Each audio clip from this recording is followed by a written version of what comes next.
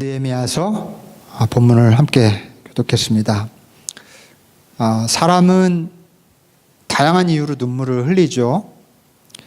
슬프고 고통스러워서 눈물을 흘리는가 하면은 또 기쁘고 감격스러울 때도 눈물을 흘립니다. 억울해서 우는가 하면 억울함이 다 풀려서 그래서 또 울기도 하죠. 배신감에 치를 떨면서 울기도 하고 또 너무 감사해서 눈물을 흘리기도 합니다. 눈물은 숨겨져 있던 그 진심이 바깥으로 이렇게 분출하는 현상이라고 볼 수가 있죠. 그래서 어떤 종류의 눈물은 그 사람의 진심을 드러내는 법입니다. 그런 점에서 잘 울지 않는 사람들은 어쩌면 진심을 드러내는데 좀 서툰 사람들일지도 모르겠습니다.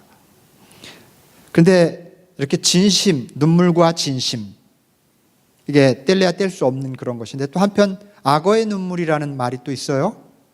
악어의 눈물, 위선자들이 흘리는 거짓 눈물을 흔히 악어의 눈물이라고 하죠. 이 말은 그 이집트 나일강에 사는 악어가 그 사람을 잡아먹고 나서 그 희생된 사람을 위해서 눈물을 흘린다는 그 고대 전설에서 유래한 말입니다. 실제로 여러분, 악어가 먹이를 먹을 때 눈물을 흘리는데요. 이거는 슬퍼서 흘리는 눈물이 아니라 입을 움직이는 신경하고 또 눈물샘의 신경이 악어는 하나래요. 같은 거랍니다. 그래서 음식을 먹을 때 눈물샘이 같이 자극이 돼서 눈물을 흘린다는 겁니다. 그거는 악어의 그 리듬, 생체적인 구조 자체가 음식을 먹을 때 소화를 잘 시키기 위해서 눈물이 액체가 몸에서 분비될 수 있도록, 고맙습니다. 이렇게 사람에게도 액체가 필요하죠.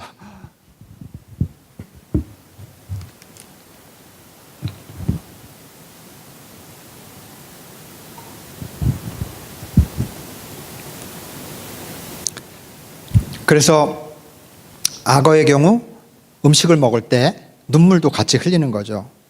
그런데 이것이 진실함의 상징인 눈물까지도 거짓으로 꾸미는 인간의 간교함을 이렇게 빗대는 말처럼 사용되고 있는 것이죠. 그럼에도 불구하고 악어의 눈물을 제외하면, 연기자들의 거짓 눈물, 꾸미는 눈물을 제외하면 눈물은 진심과 연결되어 있습니다. 여러분, 눈물을 흘리는데 계획하고 흘리는 사람 있나요? 악어의 눈물이죠. 그런 거는 계획하고 가증스러운 눈물, 뜻하지 않은 상황에서 뜻밖의 터지는 게 눈물입니다. 숨겨져 있던 내면의 어떤 부분이 드러나고요, 그리고 무의식의 어떤 부분이 연결되어 있기 때문에 그렇습니다. 그래서 눈물은 어떤 종류의 눈물이든 내면을 치유하는 힘이 있습니다. 울고 나면 시원하다고들 그러잖아요. 억울할 때 흘리는 눈물도 그게 치유의 효과가 있는 거죠. 그 억울함을 이렇게 부드럽게 만져주는 역할을 하는 거죠. 기쁨 그리고 감사의 눈물뿐 아니라 슬픔, 억울함의 눈물도 사람의 내면을 어루만집니다. 그래서 눈물은 영적인 요소를 가지고 있습니다. 오늘 우리가 함께 읽은 이 느헤미야 8장에 있는 이 본문은 아주 그것을 잘 보여주는 대목입니다. 눈물이 영적인 사건이라고 하는 것을 보여주는 거죠. 주전 587년, 제가 하는 성경 공부에 들어오시는 분들은 이 날짜를 모르시는 분이 없을 거예요. 주전 587년, 2600년 전이네요. 지금으로부터. 무슨 날이죠? 예루살렘 성전이 완전히 무너진 날입니다. 남북으로 이스라엘이 나눠졌다가 북이스라엘은 아시리아에 의해서 멸망하고 남왕국은 한 150년 정도를 더 지탱하다가 다른 나라 바벨론이라는 제국에 의해서 멸망을 당하죠. 1차, 2차, 3차 공격을 내리받는데 3차 공격에 의해서 완전히 무너집니다. 주전 587년이에요.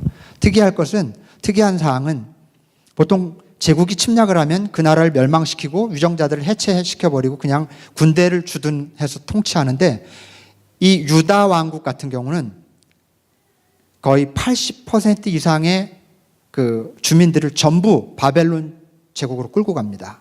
포로로 끌고 가요. 바벨론의 포로라는 말 많이 들어보셨죠?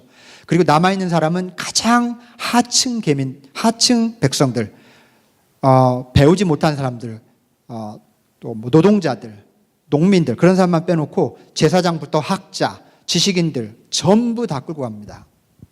바벨론의 독특한 정책이었어요. 그리고 나서 50여 년이라는 세월이 흘러갑니다. 그런데 다른 자유는 줬는데요, 바벨론 사람들이 종교의 자유는 허락하지 않았어요.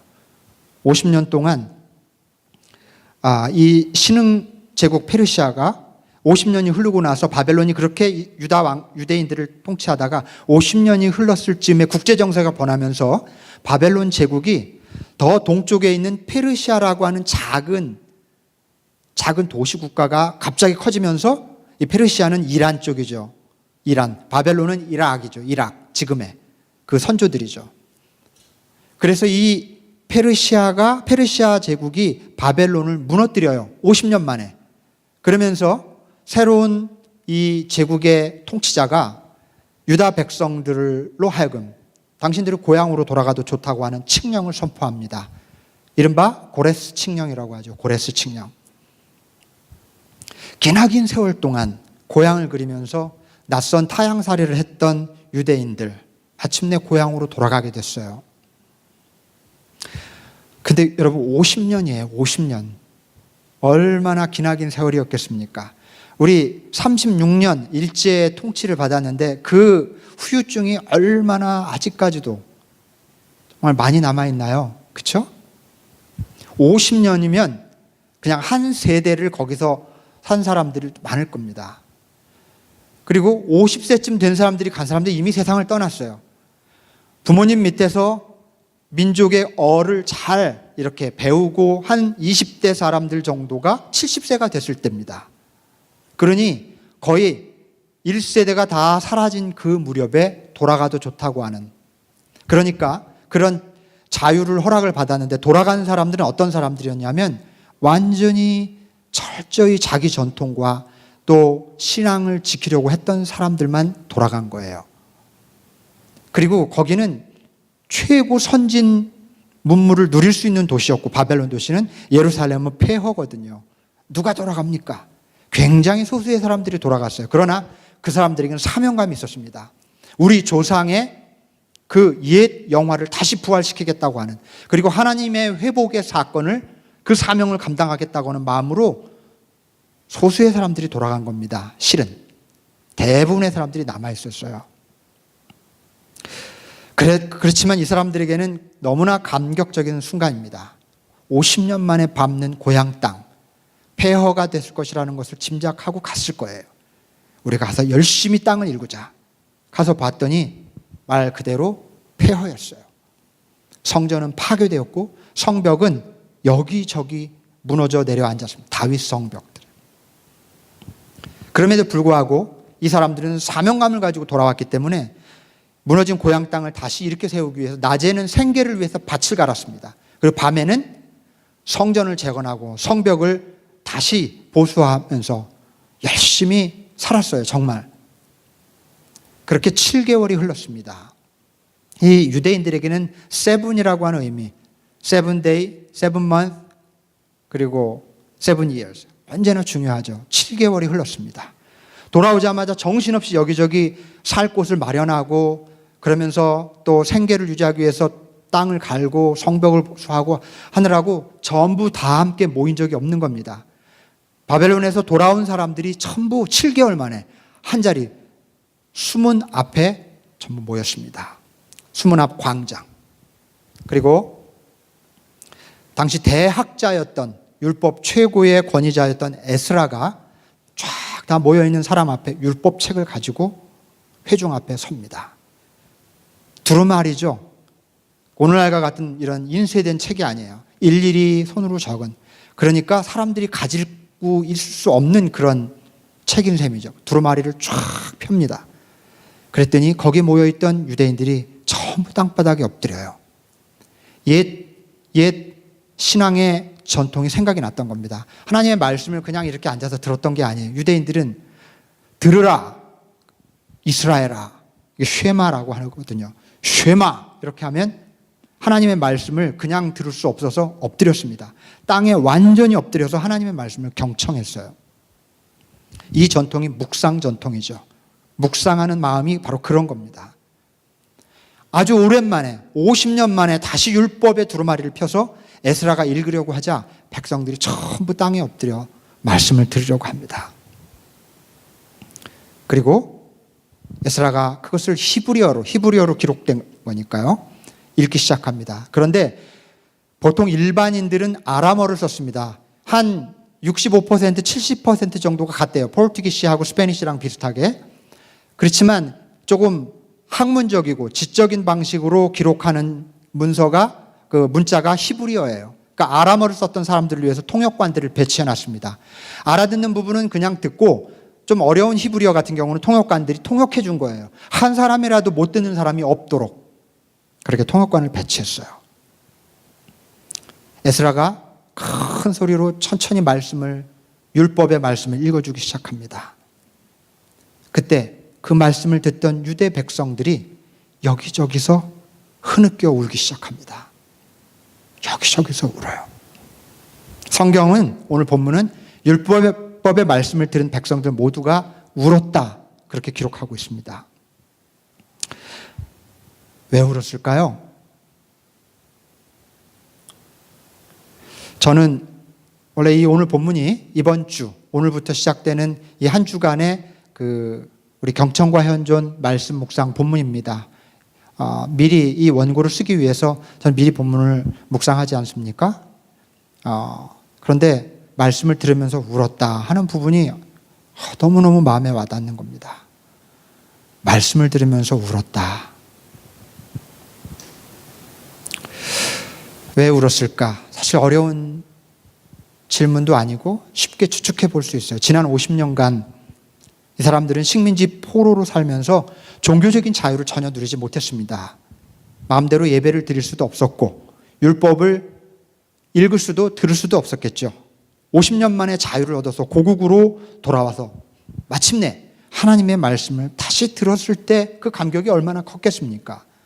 당연히 감격스러웠을 거예요. 그렇지만 유다 백성들이 율법의 말씀을 듣고 울었던 근본적인 이유는 다른 데 있었습니다. 그런 일반적인 정말 너무나 이게 얼마만이냐 하는 그런 감격도 있었지만 그보다 더 중요하고 근본적인 이유가 있었는데 그것은 하나님의 말씀, 특히 율법, 오경이죠, 오경. 그 두루마리는 오경을 적어 놓은 겁니다. 오늘날과 같은 성경책 전부가 아니에요. 창세기, 출애굽기, 레위기, 민수기, 신명기, 그것도 양이 방대했겠죠. 새벽부터 정오까지 읽어줬다고 그랬어요. 이 오경의 말씀이 품고 있는 메시지 때문입니다. 지금 유다 백성들이 처한 현실을 향해서 이 오경에 적혀 있는 말씀이, 율법의 말씀이 마치 직설법으로 얘기하는 것처럼 이 백성들에게 말씀이 다가오는 겁니다. 그 말씀 앞에서 마음이 무너졌을 것입니다. 자, 간단하게 성경 공부 시간은 아니지만 이 말씀 본문을 이해하기 위해서 대체 오경에 담겨있는 내용이 뭔지를 이해하기 위해서 잠깐만 제가 설명을 드리죠. 오경은 크게 세 부분으로 나눠져 있어요. 5권이지만 크게 나누면 그 주제별로 세 부분으로 나눌 수 있습니다. 창조 이야기, 그 다음에 출애굽 이야기, 율법 이야기, 이렇게 되어 있어요. 그렇죠? 창조 이야기는 창세기 부분이고 출애굽 이야기는 출애굽기고요. 율법 이야기는 레위기, 민수기, 신명기 뒤에 3권에 해당되는 내용입니다. 이렇게 세 부분으로 나눠져 있어요. 유대인들이 율법, 토라라고 말하는 거, 그게 바로 이 오경이거든요. 유대인들이 그렇게 굉장히 길어요. 짧지 않습니다. 이거를 지금도 정통 주이시들은 다 외운다고 그래요. 통째로. 그 정도로 중요한 게 나누면 3가지 이야기입니다. 창조 이야기, 출애굽 이야기, 율법 이야기. 이 율법의 이야기들이 유대 백성들에게 어떻게 다가갔길래 그들의 저 마음속에 있는 진심을 건드렸을까? 어떻게 그들이 눈물을 흘릴 수밖에 없는 메시지로 다가갔을까? 이 세 이야기의 핵심적인 줄거리를 떠올릴 수 있어야 합니다. 창조 이야기는 뭡니까? 한마디로 흑암과 혼돈과 공허로 가득한 세상을 새로운 창조의 질서로 바꾼 이야기예요. 여러분, 이 창조 이야기를 들을 때 진화론, 그 다음에 물리학적인 창조의 기원, 이런 거 생각하시면 넌센스가 돼요. 이 성경의 창조 이야기는 과학을 말하는 게 아니에요. 대단히 중요한 영적인 메시지가 담겨 있어요. 흑암과 혼돈과 공허를, 이건 무질서라고 말할 수 있는 세 단어예요. 그죠? 이 무질서를 질서로 바꾼 이야기, 그게 창조 이야기입니다. 그래서 창조주 하나님을 믿는다는 것은 흑암과 혼돈과 공허의 삶을 사는 내 삶을 질서의 삶으로 바꾸어 주시는 하나님을 믿는다는 뜻이에요. 여러분, 지금 유대인들이 처한 상황은 뭐냐면 50년 만에 해방을 맞아서 돌아왔어요. 봤더니 그렇게 그리워하던 고향 땅의 폐허예요. 7개월 동안 땀 흘려 열심히 일했지만 앞이 안 보입니다. 그야말로 흑암과 혼돈과 공허 같은 겁니다. 그 땅 위에 서 있는 것 같아요. 너무 훼손되어 있어요. 성벽을 재건하는 건 지지부진합니다. 그리고 바로 이웃한 사마리아인들이 자꾸 방해해요. 너무 얄밉게. 그리고 지네 포기해라. 포기하지 않으니까 우리랑 같이 하자. 자꾸 유혹합니다. 먹고 살 길은 막막했고 자신들이 처한 현실은 흑암, 혼돈, 공허, 무질서 그 자체였습니다. 그런데 이 율법의 이야기를 들으면서 창조의 이야기를 들으면서 이 말씀이 지금 자신들이 처한 그 무질서의 상황을 하나님께서 질서로 바꿔주시겠다고 하는 약속의 희망으로 다가오는 거죠. 큰 위로를 느꼈을 것입니다. 그 다음에 출애굽 이야기. 출애굽 이야기는 400년 동안 종살이 하던 이스라엘 백성들을 이집트에서 불러내셔서 결국 고향 땅 가나안으로 인도하신 그런 이야기지 않습니까? 출애굽기에 잘 나와 있는 유명한 말씀입니다. 여러분, 이 이야기를 지금 바벨론에서 50년간 포로 생활하다가 고향으로 돌아온 사람들이 듣고 있어요. 어떻게 들렸겠습니까? 옛날 나라가 망하기 전에 옛날의 율법을 들었을 때는 상상도 하지 못했던 감동이 밀려오는 거예요. 내 이야기인 겁니다. 바벨론에 포로로 끌려갔다 돌아온 사람들이 애굽에 갔다가 가나안으로 돌아온 출애굽기 이야기를 들을 때 어떤 감동이 있었겠습니까? 이건 바로 내 이야기. 그러면서 자신들이 이렇게 고향으로 돌아온 것이 하나님의 큰 섭리 속에서 진행되는 구원의 시나리오로구나. 그렇게 믿으면서 큰 감동이 있었던 겁니다. 그냥 우연히 일어난 게 아니로구나. 그 다음에 율법 이야기, 레위기, 민수기, 신명기 부분을 요약하면 한마디로 이런 겁니다. 시내산에서 받은 모세의 10계명과 그 10계명을 풀이해 준 이야기. 그게 레위기, 민수기, 신명기입니다. 모세가 받은 10계명을 길게 주석해 놓은 책이에요. 레위기, 민수기, 신명기. 그런데 그러니까 한마디로 10계명과 율법, 그 내용을 담은 게 율법 이야기인데, 이 율법은요 정말 많은 사람들이 오해하는데, 율법은 하나님을 어떻게 이해하느냐에 따라서 안 지키면 벌을 받는 딱딱하고 무서운 심판의 조항이 될 수도 있고, 하나님을 그렇게 생각하지 않으면 어머니의 자상한 타이름 같은 말씀으로 받을 수도 있어요. 여러분, 율법 10계명 어떻게 느끼십니까? 10개의 계명을 이거 지키지 않으면 하나님한테 심판받을지도 몰라. 이런 게 우리의 선입견이고 전제 같아요.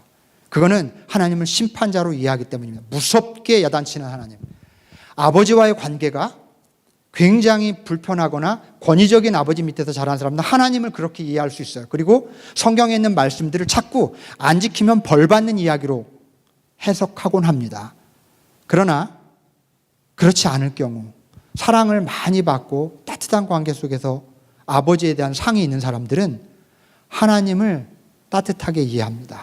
그러면 율법의 말씀을 안 지키면 벌 줄 거야가 아니라 엄마의 따뜻한 타이름, 예를 들면 이런 거예요.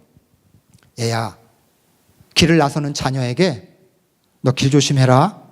너 건널목 건널 때는 신호 꼭 지켜야 돼. 이렇게 얘기하는 거예요. 너 안 지키면 큰일 나. 이게 위협인가요? 안 지키면 엄마가 어떻게 한다는 게 아니잖아요. 조심하라는 거예요. 너 위험한 데 가면 안 된다. 나쁜 애들이랑 어울리면 안 돼. 이렇게 말씀하시는 사랑스러운 타이름, 율법이 그렇게도 다가갈 수 있다는 사실이에요. 그런데 이 유대인들이 지금 돌아와서 율법의 말씀을 들을 때에 지금 그동안 생각했던 율법에 대한 그게 달라지는 거예요. 하나님이 얼마나 자신들을 사랑하고 자상하게 타일렀는지, 그 말씀이 무섭거나 막 긴장되는 게 아니라 따뜻한 엄마의 당부, 명령이 아니라 당부, 형벌이 아니라 사랑임을 깨달은 거예요. 저는 여러분도 성경을 그렇게 받아들이셨으면 좋겠습니다. 하나님은 무서운 권위를 가진 심판자 같은 그런 아버지가 아니에요. 끝없이 당부하고 타이르고 사랑으로 이끌려고 하는 그런 어머니 같은 마음. 그래서 아버지와 어머니를 너무 이렇게 나누는 것 같아서 죄송합니다. 아버지는 나쁘고 엄마는 좋고 이런 뜻은 절대 아니에요. 근데 너무 오랫동안 인류 역사 문명 속에서 늘 그런 식으로 형성되어 왔으니까 아빠들이 많이 회개해야 됩니다. 좋은 아빠가 되도록. 어쨌든 유대 백성들은 에스라가 읽어주는 말씀을 들으면서 정말 그 말씀이 새롭게 다가왔어요. 위로와 희망을 느꼈고 자신들의 삶이 하나님의 손길을 통해서 인도하심을 받는다는 걸 깨달았고 율법을 들으면서 자상하게 이렇게 살아야 해, 저렇게 살아야 된단다, 이렇게 지시해 주시는 하나님의 마음에서 사랑의 마음을 발견했던 거예요. 그러면서 깊은 감동을 느꼈던 겁니다. 이것이 바로 그 수문 앞 광장에 모여있는 모든 유대 백성들이 하나님의 말씀을 들으면서 울었던 근본적인 이유였습니다. 지난 50년간 잊고 지냈던 하나님의 사랑을 깨닫자 왈칵 눈물샘이 터진 거였습니다.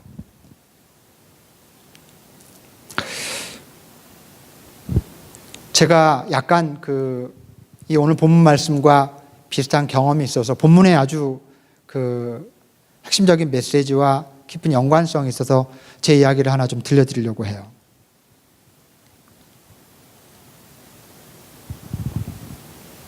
강원도, 제가 첫 목회를 강원도에서 했습니다. 한계령을 넘으면 양양이라는 읍내가 나오는데요.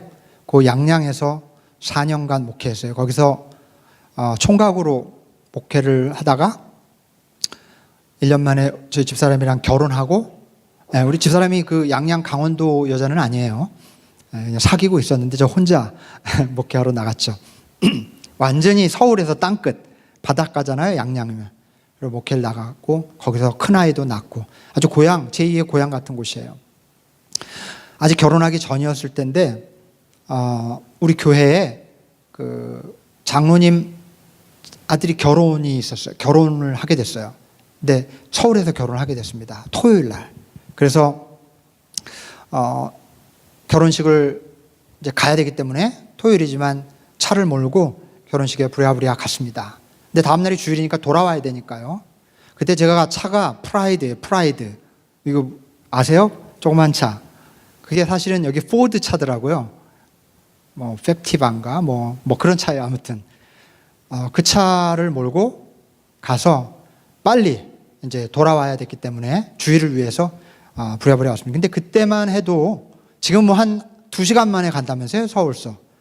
한계령 터널도 뚫리고 뭐. 그런데 그때만 해도 4-5시간씩 걸렸습니다. 한계령쯤 오니까 어느덧 밤이 아주 깊어졌어요. 근데요, 그때 어떤 일이 있었냐면 마침 무장공비가 침투했습니다. 무장공비가 침투해서 한국이 발칵 뒤집어졌을 때예요. 특히 강원도 지역으로 그 무장공비들이 산을 타고 이렇게 도주하는 도주로가 그쪽이었기 때문에 이 강원도 산간지방에 비상이 걸려서 중무장한 군인들이 전투태세로 무장을 쓰고 있었습니다. 한계령 입구에서 딱 막는 거예요. 못 가게 했습니다. 그래서 내가 목사인데 날 의심하지 말아라. 내가 무장공비 같이 생겼냐. 나 가게 해줘라. 나 내일 설교해야 된다. 그랬더니 너를 의심하는 게 아니라 네가 이 고개를 넘어가다가 죽을 수도 있다는 거예요. 무장공비를 만나서 죽을 수도 있고 군인이 우리 아군이 총을 쏴도 지금 되는 전쟁 지역이래요. 전투 지역. 너 죽을 수 있다는 거예요. 절대 안 된다는 거예요. 결국 돌아서 내려왔어요. 그 한계령으로 올라가기 직전에 진부 휴게소라고 있어요.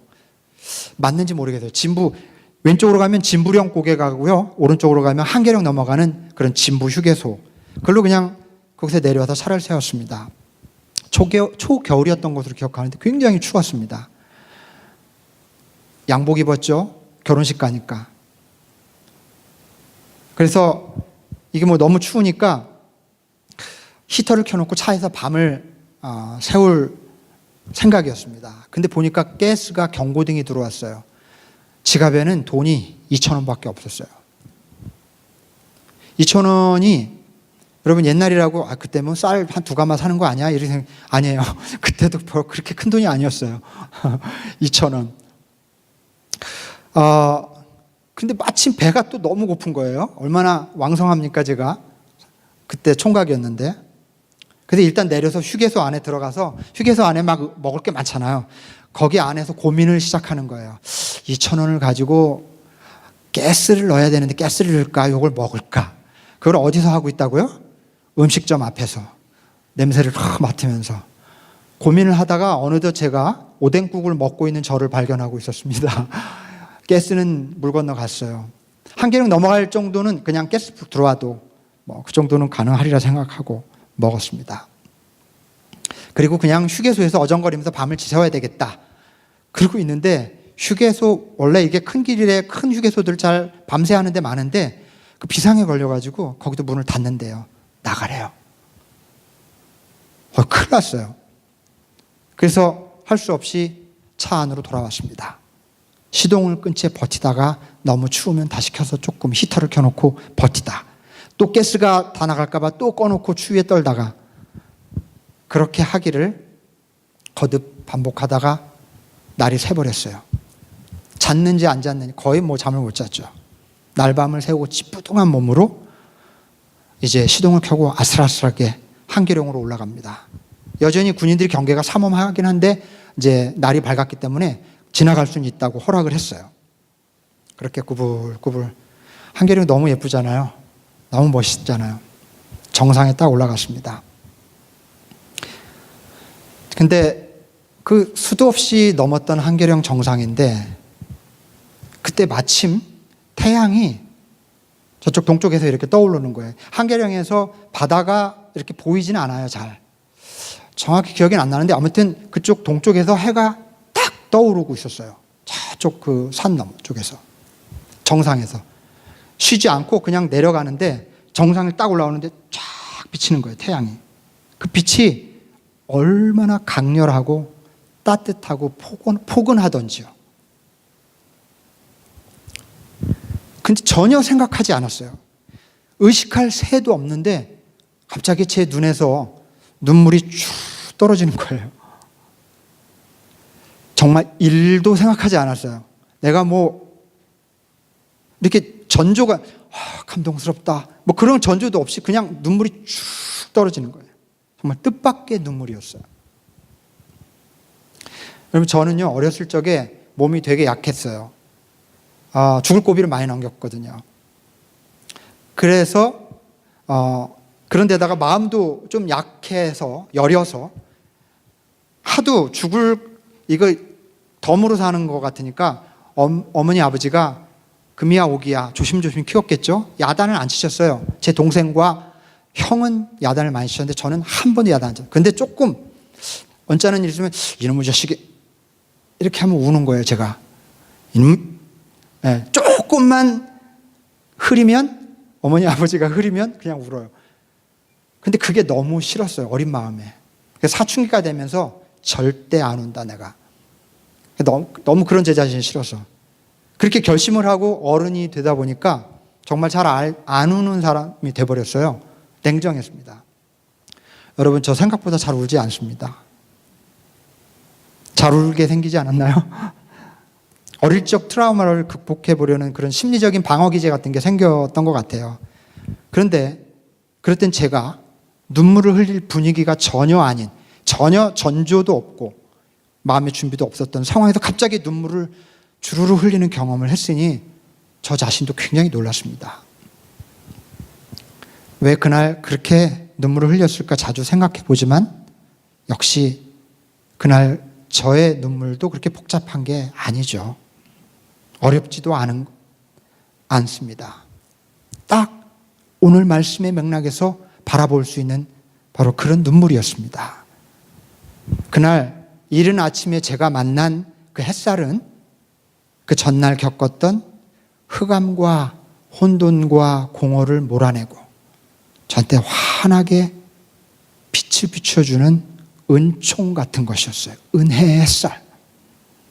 제가 의식적으로 생각하진 못했는데 그 햇살을 딱 만나자마자 제가 그런 감격을 느꼈던 것 같아요. 연료가 떨어져가는 작은 차 안에서 추위와 싸워야 했던 그 낯선 장소에서 따뜻한 집으로 인도해 주시는 은총의 햇살. 그리고 그런 음성을 제가 들은 건 아니지만 그 태양빛이 마치 현식아, 너는 내 것이고 내가 어디 있든지 내가 이렇게 항상 너와 함께 하리라. 그렇게 말씀하시는 음성 같았어요.